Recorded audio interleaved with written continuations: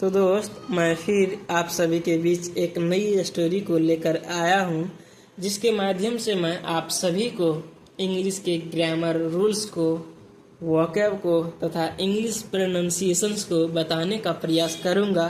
तो आप सभी इस वीडियो को लास्ट तक ज़रूर देखिए, क्योंकि मैं इस वीडियो में इस पूरे स्टोरी का ट्रांसलेट करने वाला हूँ। तो आप इस वीडियो को लास्ट तक देखिए, और यदि आप मेरे चैनल पर नए हैं तो प्लीज़ मेरे चैनल को सब्सक्राइब कीजिए, वीडियो को लाइक कीजिए, वीडियो को दोस्तों के साथ शेयर कीजिए। तो चलिए मैं फटाफट से शुरू करता हूँ रीड करना। सबसे पहले स्टोरी का टाइटल को देखते हैं, उसके बाद स्टोरी को रीड करेंगे। देखिए स्टोरी का टाइटल क्या है। स्टोरी का टाइटल है द क्रूअल किंग। देखो क्रूअल मतलब क्या होता है? क्रूअल मतलब होता है क्रूर, निर्दयी, और किंग मतलब होता है राजा। क्रूअल जो वर्ड है वो एक एडजेक्टिव है और किंग जो है वो नाउन है ना। तो क्या इसका हिंदी हो जाएगा? ये स्टोरी का शीर्षक क्या होगा? क्रूर राजा, है ना। स्टोरी का शीर्षक हो गया क्रूर राजा। स्टोरी को रीड करते हैं। Once upon a time. देखो वंस अपॉन अ टाइम ये भी एक फ्रेज है। इसका मतलब होता है काफ़ी समय पहले या फिर एक बार की बात है। There was a cruel king. देखो क्रूअल मतलब होता है क्रूर, तो किंग मतलब राजा। तो एक क्रूर राजा था। देखो देयर का अर्थ यहाँ नहीं निकलेगा, क्योंकि देयर जो वर्ड आया है ये फॉल्स सब्जेक्ट की जगह आया है। जब भी सब सेंटेंस में सब्जेक्ट नहीं होता है तो फॉल्स सब्जेक्ट की जगह देयर का यूज किया जाता है। तो इसका क्या हिंदी हो जाएगा? एक क्रूर राजा था। No one was happy under his rule. देखो नो वन मतलब होता है कोई नहीं, नो वन मतलब कोई नहीं, वाज था, हैप्पी, हैप्पी मतलब खुश, कोई खुश नहीं था, अंडर हिज रूल उनके शासन में। उनके शासन, रूल मतलब क्या होता है? शासन। तो उनके शासन में कोई भी प्रजा खुश नहीं था, है ना। स्ट्रेंजली, स्ट्रेंजली मतलब होता है अजीब की बात, है ना, अजीब की बात। वन फाइन डे, एक अच्छा दिन आया। ही turn over a new leaf. देखो अ न्यू लीफ मतलब होता है पीछे वाला जो काम करता है उसको छोड़कर आगे बढ़िया काम को करना। तो उसके लिए, राजा के लिए आया है कि एक अच्छा दिन आया, प्रजा के लिए एक अच्छा दिन आया। ही turn over a new leaf, उसने एक नया अध्याय को लिखा, है ना, या फिर एक नया चीज को किया। क्या किया? देखिए ही अनाउंस्ड। अनाउंस मतलब होता है घोषणा करना, की घोषणा करना, है ना। अनाउंस मतलब क्या होता है? की घोषणा करना। तो क्या है?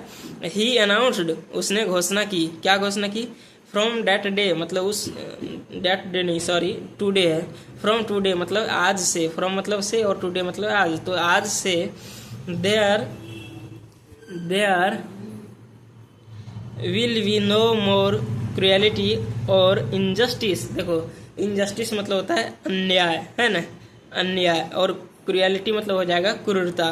तो आज से कोई क्रूरता और अन्याय नहीं होगी। देखिए विल भी लगा हुआ है, इसका मतलब होगी, और नो लगा हुआ है, इसका मतलब नहीं होगी, है ना। जब भी सेंटेंस में आपको विल भी दिखे तो इसका मतलब होगी होगा, और नहीं तो नो विल बी, या फिर विल बी नो, है ना। तो आज के बाद से कोई भी क्रूरता और अन्याय नहीं होगी, है ना। One day one of his ministers asked him. देखो वन डे मतलब होता है एक दिन, एक दिन। One of his ministers, one of मतलब एक ने, और हिज मिनिस्टर उनकी, उसके मंत्री में से एक ने, आस्क्ड मतलब पूछा, हिम मतलब उसे। देखो आस्क मतलब होता है पूछना, आस्क्ड जो है सो वर्ब की सेकंड फॉर्म है। तो उनमें से, उसमें से एक मिनिस्टर ने, उसके सारे मंत्रियों में से एक मंत्री ने पूछा। क्या पूछा? Your majesty. योर मैजेस्टी का मतलब होता है महाराज। क्या होता है? महाराज। What brought this change in you? देखो इन यू मतलब आप में, चेंज मतलब बदलाव, दिस मतलब यह, ब्रॉट मतलब लाना, वाट मतलब क्या या फिर कैसे, है ना। तो आप में यह बदलाव, आप में यह बदलाव कैसे आया, है ना। एक मंत्री ने पूछा कि महाराज आप में यह बदलाव कैसे आया। इसको हम बड़ा कर लेते हैं ताकि आप सभी को अच्छा से दिखे। उसने क्या पूछा? उस मंत्री ने कहा कि महाराज आप में यह बदलाव कैसे आया। The king replied. किंग मतलब राजा, रिप्लाइड मतलब जवाब देना। तो राजा ने जवाब दिया। क्या जवाब दिया? देखिए आप सभी। One day I saw a fox being chased by a hound. Hound मतलब क्या होता है? हाउंड मतलब होता है शिकारी कुत्ता, है ना। तो उसने जवाब दिया वन डे एक दिन, आई सॉ मैंने देखा, देखिए सी मतलब होता है देखना, सॉ जो है वर्ब की सेकंड फॉर्म है। ये जो हमारा सेंटेंस होगा वो किस में होगा, सिंपल पास्ट टेंस का अफर्मेटिव सेंटेंस होगा। तो आई सॉ मैंने देखा अ फॉक्स एक लोमड़ी को, बीइंग चेस्ड जिसको क्या किया जा रहा था, जिसको फॉलो किया जा रहा था, पीछा किया जा रहा था, बाय हाउंड एक शिकारी कुत्ता के द्वारा। मैंने एक दिन देखा कि एक शिकारी कुत्ता के द्वारा एक फॉक्स को, एक लोमड़ी को पीछा किया जा रहा था, है ना। देखो, the hound bit into its leg and lamed it for life. देखो द हाउंड, हाउंड मतलब क्या हो जाएगा, शिकारी कुत्ता, बीट, बाइट मतलब होता है काटना, बीट जो है उसका सेकंड फॉर्म है। तो शिकारी कुत्ता ने काट लिया, इनटू इट्स लेग उसके पैर में, एंड लेम्ड और अपंग हो गया, और उसे अपंग बना दिया गया, उसे अपंग बना दिया फॉर लाइफ जीवन भर के लिए, है ना। उस शिकारी कुत्ता ने क्या किया, उस फॉक्स को जो है सो उसके पैर में काट लिया, और उसे जो है सो जीवन भर के लिए उसको क्या कर दिया गया, उसको अपंग बना दिया गया, है ना। लेटर, लेटर मतलब होगा बाद में, LATER, लेटर मतलब होता है बाद में। The same hound was barking at a man. देखो द सेम मतलब होगा वही, हाउंड मतलब वही शिकारी कुत्ता, वाज बार्किंग मतलब भौंक रहा था। ये जो सेंटेंस है वो हो जाएगा आपका कौन सा टेंस में, सिंपल पास्ट टेंस में हो जाएगा, सॉरी पास्ट कॉन्टिन्यूअस टेंस में होगा। किस में होगा, पास्ट कॉन्टिन्यूअस में। क्यों, क्योंकि जब भी सेंटेंस में सब्जेक्ट के बाद, सब्जेक्ट क्या है, द सेम हाउंड, ये मेरा सब्जेक्ट है। सब्जेक्ट के बाद वाज या फिर वर, उसके बाद वर्ब की फोर्थ फॉर्म में आता है, तो वो जो सेंटेंस होता है वो होता है पास्ट कॉन्टिन्यूअस टेंस में। तो इसका हम लोग हिंदी करते हैं, क्रिया के अंत में लगाते हैं रहा था, रहे थे, रही थी। तो द हाउंड, देखो यहाँ later the same hound, later मतलब बाद में, द सेम हाउंड मतलब वही शिकारी कुत्ता, वाज बार्किंग भौंक रहा था, एट अ मैन एक आदमी पर। The man picked up a huge stone. देखो द मैन आदमी ने, पिक्ड अप, पिकअप मतलब होता है उठाना, देखिए पिकअप मतलब होता है उठाना, पिक्ड अप मतलब उठाया, ह्यूज स्टोन मतलब एक बड़े पत्थर को, स्टोन मतलब पत्थर, ह्यूज मतलब विशाल, एक बड़े पत्थर को, एंड फ्लंग इट और उसको फेंका, एट द हाउंड किस पर, उसको फेंका किस पर, हाउंड पर, शिकारी कुत्ता पर उसको फेंक दिया, है ना। उसने उठाया और शिकारी कुत्ता पर उसने उसको फेंक दिया। नेक्स्ट देखते हैं हम लोग, ब्रेकिंग इट्स लेग, उसका जो है सो ब्रेकिंग इट्स लेग, उसका पैर टूट गया, किसका, कुत्ता का। जब आदमी ने ये बड़े पत्थर को उठाकर उसके शिकारी कुत्ते पर फेंका, तो उसका जो था वो पैर टूट गया, है ना। ब्रेक मतलब होता है टूटना, ब्रेकिंग आया हो, उसका पैर टूट गया। The man had not gone far. देखो आदमी जो है सो हैड गॉन नॉट, देखिए हैड नॉट गॉन, ये भी नया स्ट्रक्चर आपको देखने को मिल रहा है। आप देखिए ध्यान से इस सबको, और जो भी आपको नहीं आता है उसको कॉपी में आप जरूर नोट कीजिएगा, है ना, ताकि आपको आगे फिर दिक्कत ना हो। तो द मैन ये सब्जेक्ट है, सब्जेक्ट के बाद हैड आया है, उसके बाद वर्ब का थर्ड फॉर्म आया है, तो ये कौन सा सेंटेंस हो जाएगा, ये पास्ट परफेक्ट टेंस का होगा, है ना।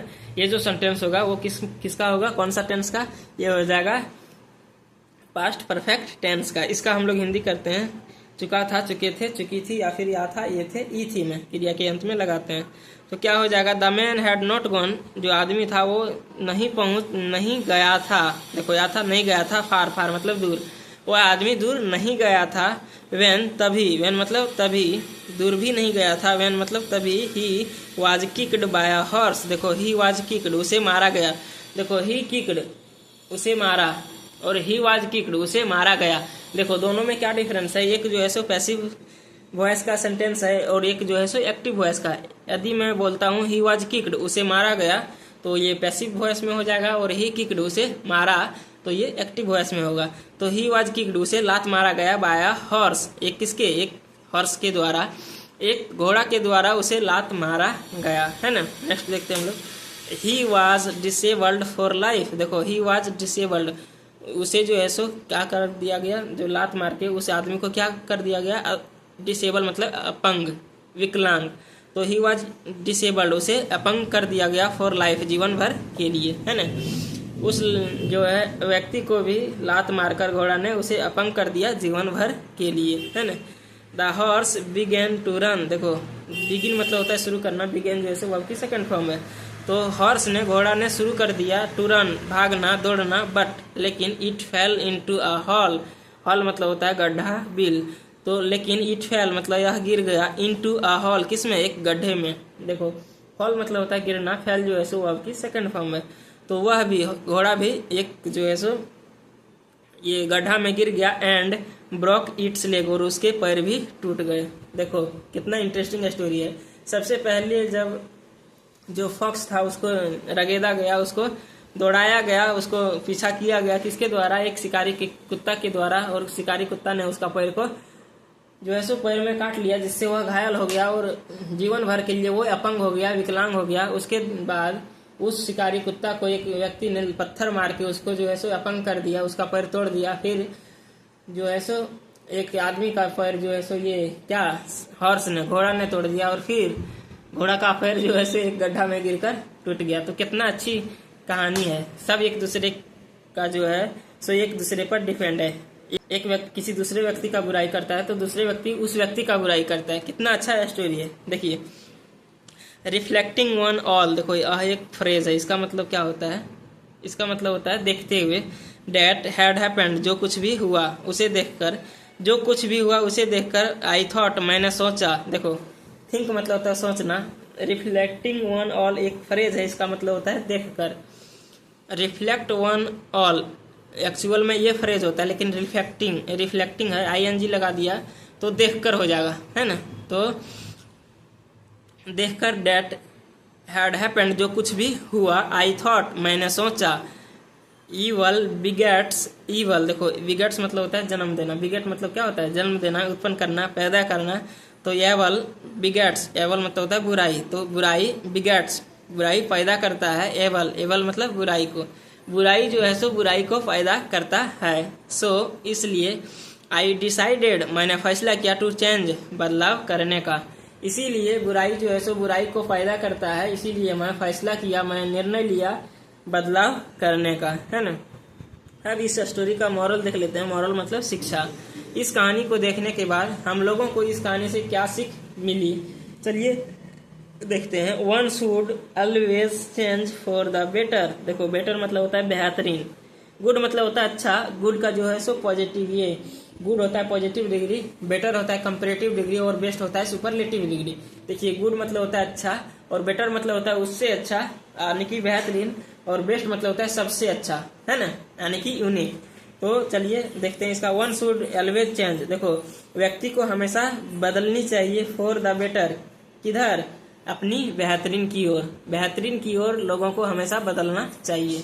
तो दोस्त मैं उम्मीद करता हूँ ये स्टोरी आप सभी को बहुत ही अच्छी लगी होगी। यदि स्टोरी अच्छी लगी होगी और स्टोरी से आपको कुछ सीखने को मिला होगा तो प्लीज़ मेरे चैनल को सब्सक्राइब कर दीजिए, वीडियो को लाइक कर दीजिए, वीडियो को दोस्तों के साथ शेयर कीजिए, और डेली इसी प्रकार से आप 10 मिनट टाइम दीजिए और अपने इंग्लिश को इम्प्रूव कीजिए। तो फिर मिलेंगे नेक्स्ट वीडियो में, तब तक के लिए जय हिंद, अपना ख्याल रखिए, अच्छे से रहिए, ध्यान से पढ़िए।